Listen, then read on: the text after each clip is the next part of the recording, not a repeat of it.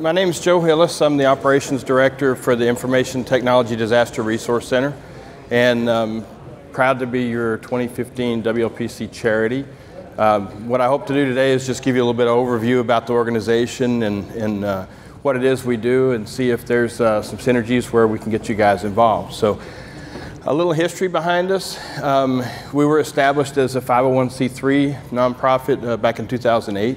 Our original vision was to help communities with technology continuity and recovery after a disaster.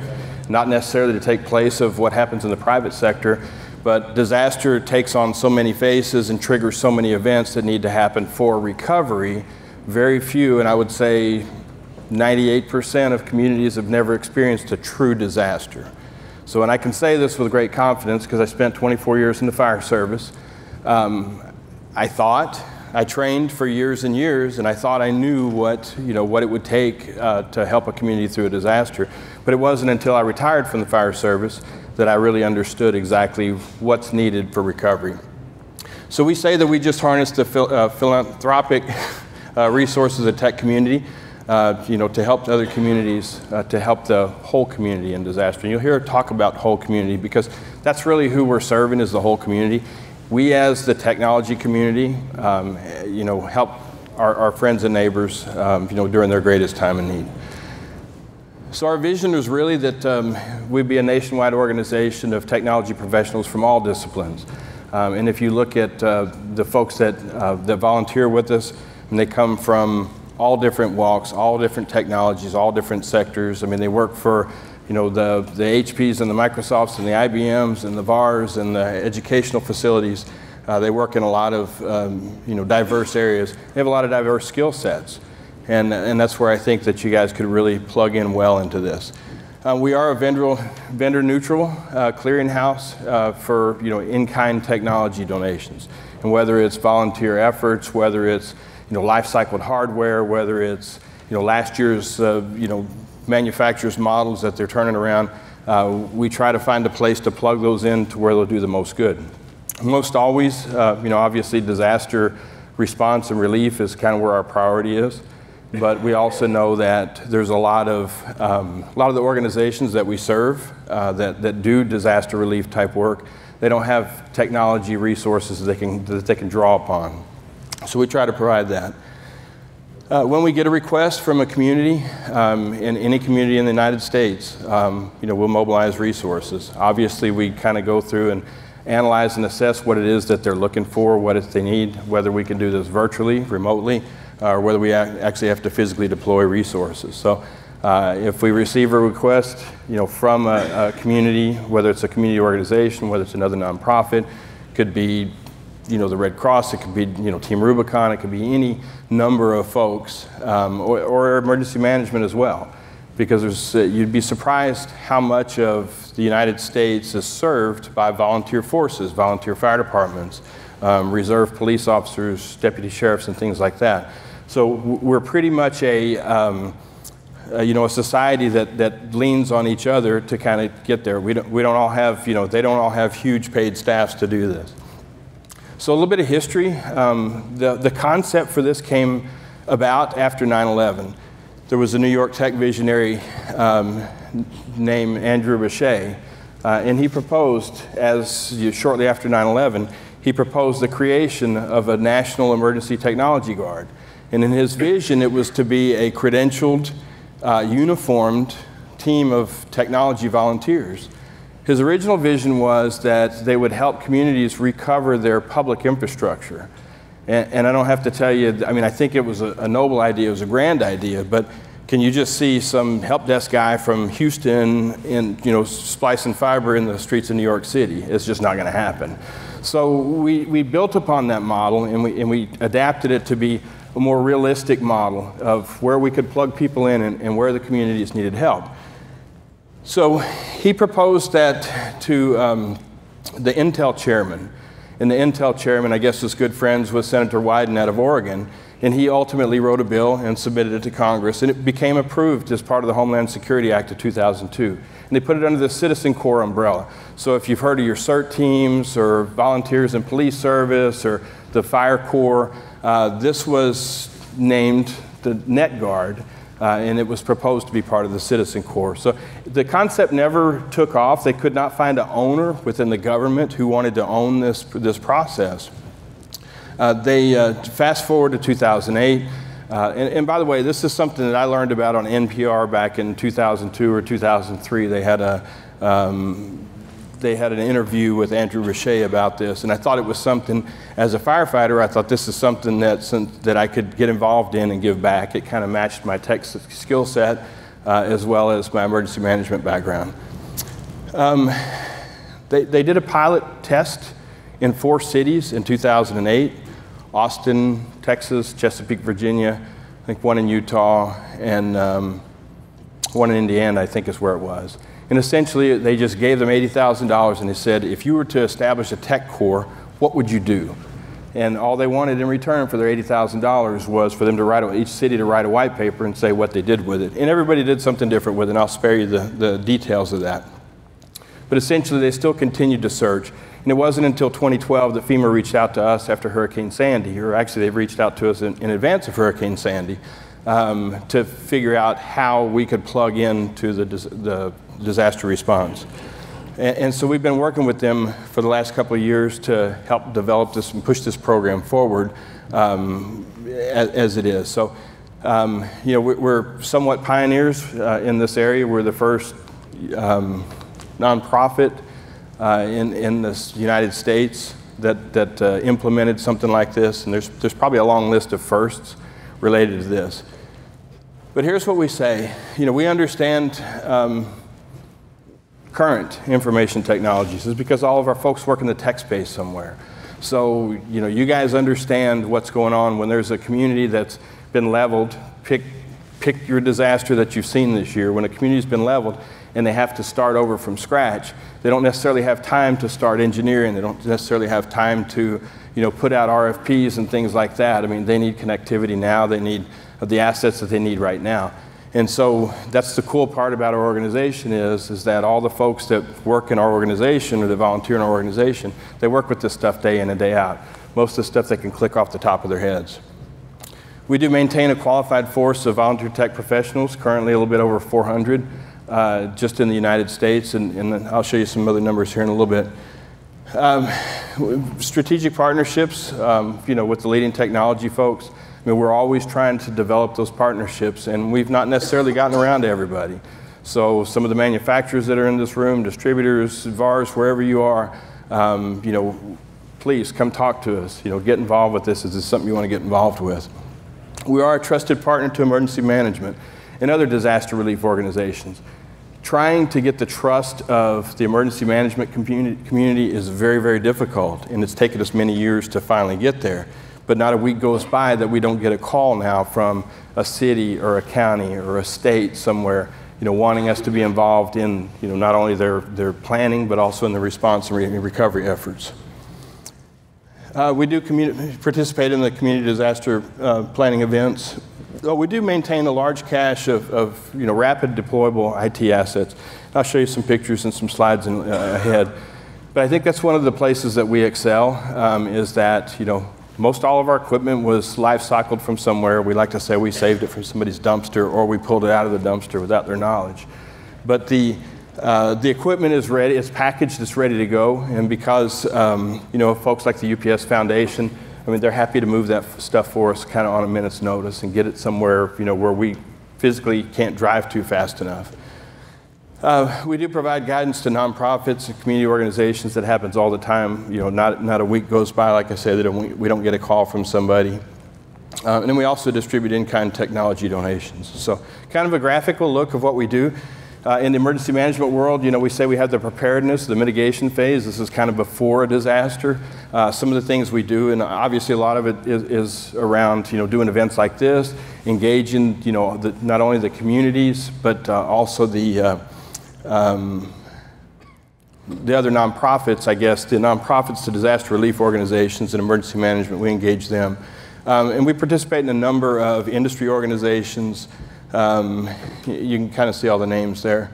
And then we do obviously a number of disaster preparedness things, hurricane preparedness events, safety fairs and things like that. On the response side, we provide emergency and surge technology resources. Through our partnerships with a number of providers, communications providers, particularly in the VSAT space, we're able to deliver connectivity to a community relatively quickly, and that's by utilizing our networks with them.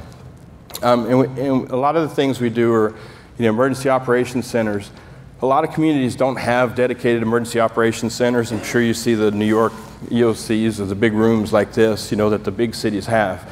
But there are so many smaller cities that don't have one.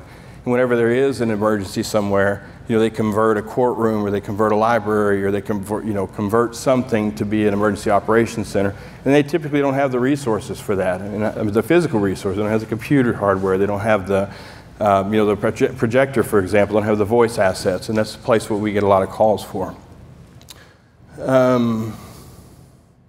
Community internet access is one of the things that we typically provide wherever we go, and that seems to be the big thing. As we know that terrestrial networks are impacted after disaster, don't fall into the mindset, particularly those of you who are responsible for managing circuits and connections. I mean, I drank the 5.9 SLAs forever, and I've seen a credit from a one-day outage equal my entire monthly phone bill. So when a disaster comes and 14 miles of fiber are washed out, they don't just re-engineer that and reinstall that in 3 days to get you up. These are 30, 60, 90. In the case of Coney Island, for example, it was 10 months before they restored service to some areas up there.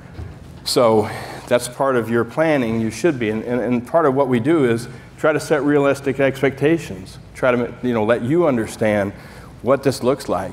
We all have this mindset and we think, well, they built my house in 4 months, right? So if God forbid a tornado came and wiped it away, I guess we would just bulldoze it off and I'll be back in it in 4 or 5 months. Typically 4 or 5 months from now, you haven't even settled with your insurance company. Typically 4 or 5 months from now, the city may put a 60-day moratorium on building permits. And then when you think about, say 5,000 homes like is in Joplin or something that are wiped out, do you think there's enough contractors to do that? There's not. So you may be waiting 2, 3, 4 years just, even if you have insurance check in hand, just to find a contractor to rebuild. So setting expectations is kind of what we do, but I'll get off on a rant if you let me. First of the year, we stood up a National Disaster Relief Coordination Center. We needed it to coordinate our operations. The community needed it because nobody has stepped up and did it. And I'm not saying that we should own it because I don't necessarily think that we should, but it's a necessary resource. We have the technology, we have the people to staff that, and so that's what we do during the response phase. Recovery, you can kind of see. We work with long-term recovery. Long-term recovery doesn't go away when the TV cameras go away. Typically, you'll see long-term recovery centers stand up for years after a disaster. In the case of Hurricane Katrina, they're still in long-term recovery some 9 years later. And even smaller events, like do you remember the industrial explosion in West Texas just a couple years ago, or actually a year and a half or so ago. We just, this past Friday, just shut down their long-term recovery center for the 3rd time as they moved to yet another location.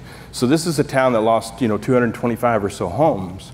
And so you can see that long-term recovery is there for, so we support these communities through long-term recovery. Do we have a volunteer out there every day? Absolutely not. Matter of fact, we went almost a year without sending a volunteer out. But our computers are there, and our printers are there, and our Wi-Fi is there, and our routers are there. And we give them the tools that they need because typically they're all volunteers. So it's not that we want to take money away from the community, to have them purchase an infrastructure. And the equipment's come back to us in pieces. Annually, we deploy about 12 times a year. It's been as high as 16 times a year. We typically can have somebody on the ground anywhere in the country within 24 hours. That's really down. It used to be 40 hours, but as the organization's grown and we've got more resources and we're a little bit more agile, we can be there sooner. It's not to say that we can't be somewhere within 2 to 4 hours. We got a call after the Oklahoma tornadoes. It was about 30 days after the tornadoes. And we were in Oklahoma, by the way, for the first 2 or 3 weeks after the tornadoes. We got a call from the state of Texas a month after, and they said, we're sitting in Oklahoma in this command center, and they've been trying to get phone lines installed for 30 days. And they said, can you bring them some phone lines? I said, absolutely. What else do they need? Well, they need 5 laptops, 5 telephones, blah, blah, blah. 5 hours. Within 5 hours, we had them up and going. So, and that's something they've been trying to do for 30 days. So that's the difference between us. We can turn on a dime typically, and we have the resources to do that. Typically, we're deployed 30 to 45 days. And it's not that we have one person or one single team. It's because of the numbers. It's because folks like you guys that come in and say, hey, I could take this weekend, or hey, I'm going to burn a week of vacation. Or we have some partners that actually will send people on the clock, if you will, cover their expenses, whatever. I can tell you during Hurricane Sandy, one of the large satellite providers, sent us 2 installers for 2 weeks. They picked up the tab for them, but they were our resources, for 2 weeks. So we try to work with the community when it comes around to things like that. I told you we have a little over 400, I think it's 430 or so, credentialed tech volunteers. These are people who have gone through our registration process, that have gone through our orientations, things like that. And we say our surge capacity is 5,000 to 10,000, probably a low number.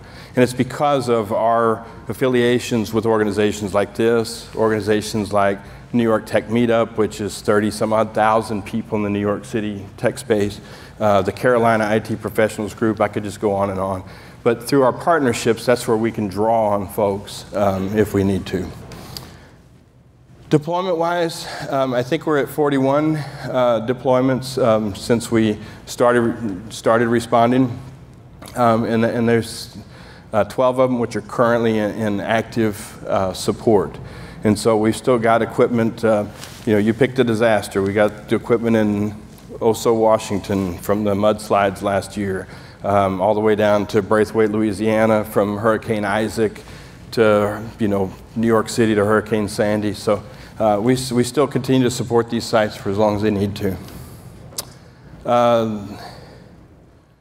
Our largest operation for every nonprofit, every disaster response organization was Hurricane Sandy. And our longest so far has been Joplin, Missouri, which I think we're 3.5 years post. And there's still a long-term recovery center there that we support. How do we do it? 100% volunteer. There's nobody on the payroll. Everybody comes from the tech space somewhere. Even our marketing folks and our, even our accountants, a volunteer comes from the tech space.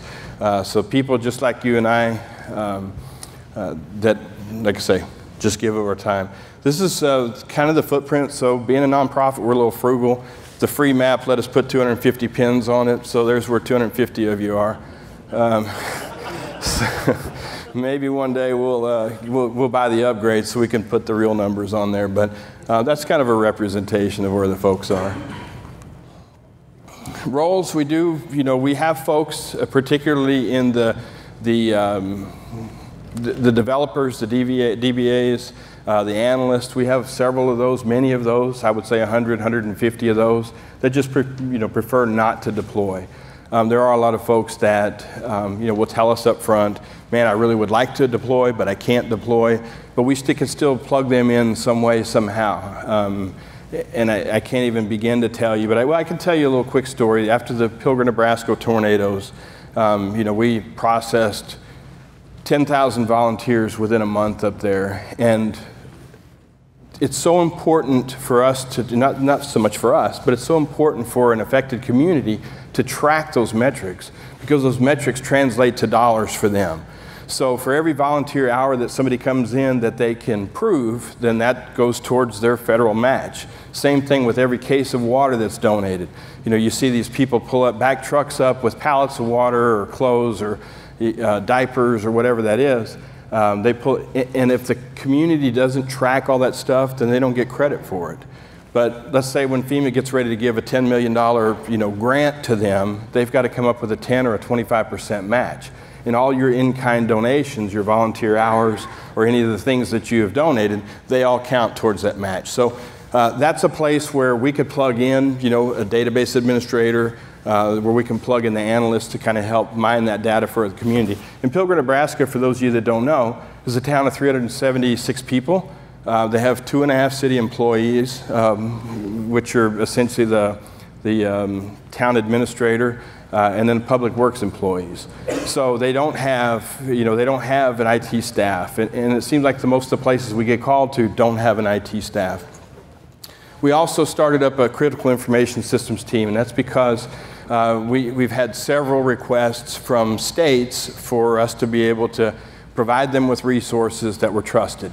So as part of our CIS team, and these people have a totally different training track. It involves a lot of the FEMA independent study courses, involves them being a member of the InfraGuard, which is an FBI program. Consequently, the people are all background tested, background checked by the FBI for that. And then, of course, the administrative and support personnel, anything that you would find inside of a regular corporation. So we're broken down to 3 divisions. We have a West, Central, and East, and we have a division director over each, one in Seattle, one in Dallas, and then one in Hoboken, New Jersey. And then we follow the 10 FEMA regions underneath that, and then we have also regional director positions underneath them. So our national assets, and if you guys haven't toured it today, you're more than welcome to. This is what we call MTU-1 now, which is our mobile technology unit. It came from Brevard County, Florida. It was purpose-built as a fire department command bus, and it used to serve at Cape Canaveral. So we're the second owners of it. We got it with like 40,000 miles on it, and so we've adapted it to do what we need to do. I'm not going to run down this list, but just kind of give you a laundry list of some of the things that we carry, because a lot of times when we respond to a request, we don't know what it is that they're needing. We don't know what facility is available. We don't know what connectivity is available. We don't know exactly what we're walking into. And as we told some of you as you came through today, if we come across something we don't have, we typically have it by the time we deploy the next time. But we do.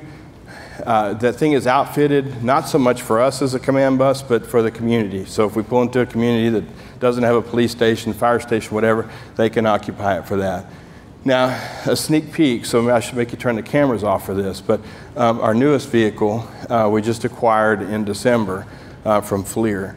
And so it's currently in the paint shop, so I can't tell you exactly what it's going to look like, but, well, I can tell you what it's going to look like, but I can't show you what it's going to look like.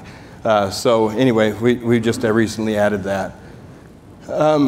We use regional assets. We use smaller trailers, which just have a stripped down version. These are things that we can go set, for example, on top of a hill, put a repeater on it, put, distribute, some kind of wireless signal or whatever off of it.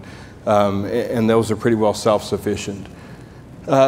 We got into the model last year of using more deployable equipment. I told you because, UPS Foundation, FedEx, folks like that are more willing to ship things for us in a disaster. And it's a lot cheaper on us, to be able to do that instead of, 5.5 miles to the gallon. So we have many prepackaged. We have 40 some odd prepackaged kits, which have everything from, branch office type routers to enterprise routers, switches, PoE, wireless and whatnot. Just different configurations just because of the things that we've run across so much.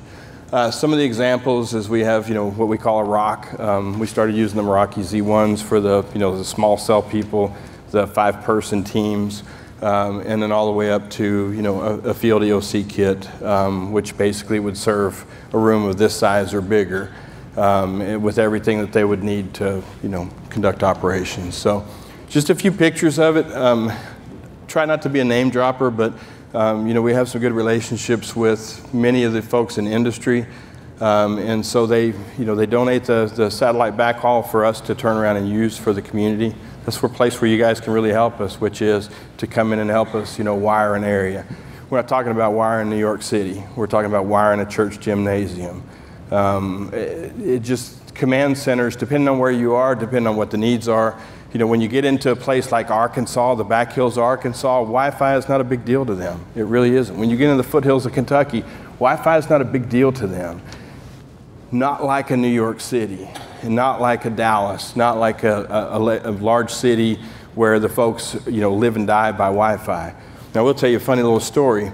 The night before we pulled into New York City for Hurricane Sandy, we were on a conference call with everybody. And they said that the #1 requested thing was Wi-Fi.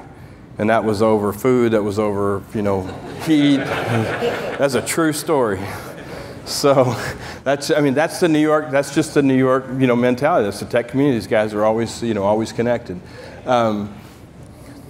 Yeah, just a few things of, you know, kind of some of our impact. We have a strict policy against, you know, not showing any faces of people that we help, and simply because when we see these people there that are absolute rock bottom worst. And you know, I'd love nothing more than to see a tear come down every one of your eyes, but that's just against our policy as far as, you know, sharing those types of things. This happened to be a community recovery center. We did a partnership with the New York City Economic Development Commission, where IKEA donated the space, they donated the backhaul to us, and so we essentially, you know, set up a small business recovery center. FEMA was in there, the Small Business Administration was in there, everybody was in there, and that's where the folks in Red Hook, New York could come to do their thing. Community service projects, that's really a thing that we do. We've been doing more and more of it. We do tech grants, but we want to do 1,000 times more. And I think that's one of the places that, you know, you guys can certainly say, you know, people volunteer because they want to do something. And we just can't control when they're going to have a disaster. So we just as soon try to find ways that we can engage the community, work with all these groups that want to be involved. And so we do what we can with that. Disaster response is really, that's our cornerstone. That's what people really need the help from us, and that's what we really kind of focus on. I told you about the Critical Information Systems team, and then the NDRCC, like I said, new program. We've had it stood up a couple of times since its inception. Worked really good. It seems to be catching on. It's a great thing. We've got a lot of folks around the country, just not in the tech space, who are really wanting to get involved, because there are a lot of corporations that want to be involved in disaster relief. I mean, just a lot of them. And so they're looking, they don't necessarily have dedicated resources to help with that, and so they kind of look to, you know, they're looking at us to be able to help them with that. We do provide situational awareness. I mean, we've had some software donated by a vendor, which we monitor, we get alerts, things like that. It's a super good stuff, but that's what kind of gives us a heads up of what's going on and where it's happening. Told you about the whole community, and that's really what we're here to do. We're here to take the whole tech community to serve the whole community. We don't do anything for any individual benefit. I think that's very important to us, but it's very important to us as well that we include the whole community in our initiative. Typically, you know, the requests that we get are for physical hardware. I mean, they're for network connectivity. I thought I was going to be cute when I developed this slide, and I thought, well, let's just follow the OSI model or something, but that didn't work out too well for me. So, but these are the things we do, and as you can tell, I mean, I know you guys are wireless engineers, and I know that you don't do this whole stack, and I think that's the thing that I'm trying to really convey here, which is, you know, you do have a part of that stack. We need the help to do that, and so we hope that you guys will, you know, consider joining us for that. Tell you about one of our new initiatives that just kicked off as well. It's our CARES programs. We've been working with the AV community for quite some time, and that's if you guys, anybody here do AV stuff? Yeah. Well, all I can say is that, you know, we learned during Hurricane Sandy. Oh, you got some? We learned during Hurricane Sandy that that's a whole untapped market. They got network engineers, you know, at the butt. Sorry, can I say? I mean, they know infrastructure. That's the thing. They know switching and the routing. I mean, they know wireless. I mean, this is that. So, you know, we finally got paired up with the AV community, and they're just chomping at the bit and ready to go. And so that's been a really good connection for us. All that to tell you that, you know, as you saw, all the different verticals that we have to deal with, all the different components that we do for disaster relief, we're really just trying to engage them. And that's why we're trying to engage you guys here as well. Our Satellite CARES program is it's an initiative with the Satellite Broadcasting Communications Association. It's essentially the consumer satellite organization. And, you know, to be sitting in a room with, you know, the dishes and the direct TVs and the Viasat and everybody nodding this way and wanting to be involved in it, that's a powerful thing. And when they're committing their resources, distributor resources, and committing their regional service providers, and even their mom and pops, I mean, that's huge for us. That's huge. That's a huge network for disaster relief. So the Satellite Cares program kicked off a month or so ago. We've had a fantastic response to that. Some of the other partnerships, I told you, WAVE, Women in AV, the International Avaya Users Group, CEDIA, you know, we've been selected as charity by most of them. So what can you do? What's my appeal? I'm going back to thinking of that presentation 10 talk that we got earlier, and about the best way that I know to say is that, you know, there's a lot of stuff you can do without really even lifting a finger. Bless you. Share the story. That's the big one. Share the story. Make your folks aware of it. Some people want to be involved. Some people could care less, and I get it. Trust me, I've done the 80-hour weeks and still do. And so I understand that this may or may not fit into your lifestyle, but you may have a coworker who's, you know, wants to get it. You may have a retired, you know, the guy that just retired. I mean, we have retired IBM guys here. You know, we got all kinds of retirees that participate in this. And so, you know, share the word is the thing. Same thing with, you know, yourself, getting involved. I mean, it's a numbers game to us. You know, when we deploy somewhere, we put out a 10-day availability. We get a lot of them back to say, sorry, can't do it. And we get that, we understand that. But in the same breath, remember, it's not going away, right? We're going to be there for 2, 3, 4, 5 years, whatever that is. So that's the thing. You may find a week of vacation that you want to get involved. Your employer may say, I want to get involved, you know, who wants to go? So that's the, I mean, that's one of the ways that you can really get involved. And then support our efforts, whether it's, you know, financially from your company, whether it's, you know, monthly recurrent donation, whether it's, hey, I got some old hardware. And I got to tell you guys, you may or may not know this. If you follow us on social media, you'll understand this. But as part of our being selected as the charity, you know, Keith made a donation of 30 iPads. And I don't know that I'm the best guy to quantify what that means to the organization, but I'm going to do my best. In disaster, volunteers come by the thousands. So, and I'm not talking about affiliated volunteers. These are unaffiliated volunteers. This is the sorority house at the local college. This is the football team from the high school. People come, families come, you know, from, you know, hundreds of miles away to bring their kids to do a day of service or something like that. When buses pull up and there's, you know, 200 people on there, they burn so much time filling out a volunteer registration form. And they do. They can't help it. And nobody can leave until the whole group is done, because that's just the way they do disaster relief for some reason. So I was trying to do the math on this and thinking, you know, if it takes 4.5, 5 minutes for these groups to do this, I mean, you know, people are burning, you know, 60, 80 man hours just trying to get a bus checked in. And the thing, you know, about the iPads is so now we can have 30 concurrent people walking around doing this. And we can cut that time, we hope, you know, down, who knows. So in reality, what your donation did is you gave, you know, potentially thousands and thousands of dollars back to a community where we deploy these. So you guys will be applauded for that, and I appreciate that.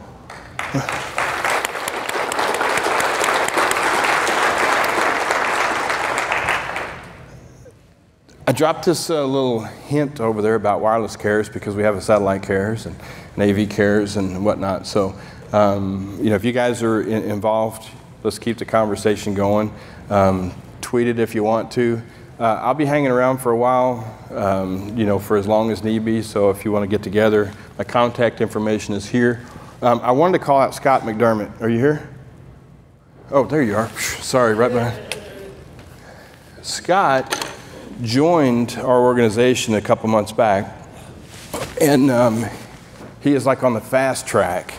So we wanted to give you that, and I do want to say thank you very much, by the way. So this is one of your peers that it's not a real, I don't know, maybe you can share your experience one day. It's not what I would consider a simple process.